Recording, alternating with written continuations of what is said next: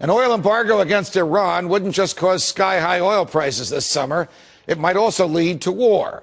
As tensions between Washington and Tehran heat up, former CIA operative and bin Laden unit chief hunter Michael Scheuer says only Ron Paul has a foreign policy that would truly defend U.S. national security interests. The Freedom Watch regular joins us now. Michael Scheuer, it's a pleasure. Welcome back to the show. Sir. Thank you, sir. Is the tension, before we get to Ron Paul, is the tension between Washington and Tehran almost institutionalized? Stated differently, are there people on both sides of this who have a vested interest in generating and ginning up that tension? Oh, sure, Judge. You know, the both parties are beholden to the Israelis. Netanyahu's government obviously seems to want war, despite their public words.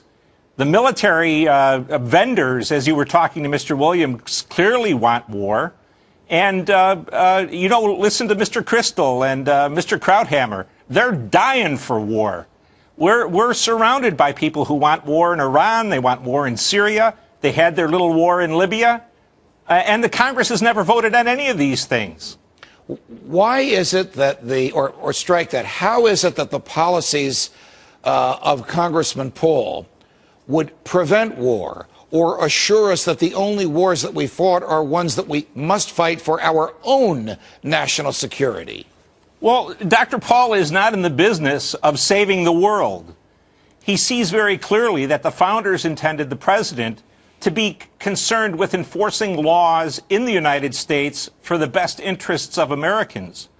You also could go to bed every night assured, if Dr. Paul was the president, that there would be no war in the morning because the president decided it was a neat thing to do, as he did in Libya, as they're going to do in Iran, because Dr. Paul would go to the Congress and ask for a declaration of war, as the founders intended, Judge. People are afraid of him because this endless war process that we're engaged in would come to a screeching halt. Got it.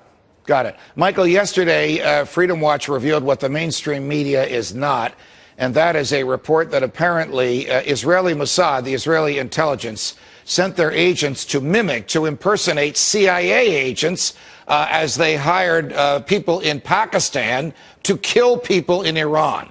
Without getting into the weeds, does this stuff happen? Do you believe this? Is it likely that this is true?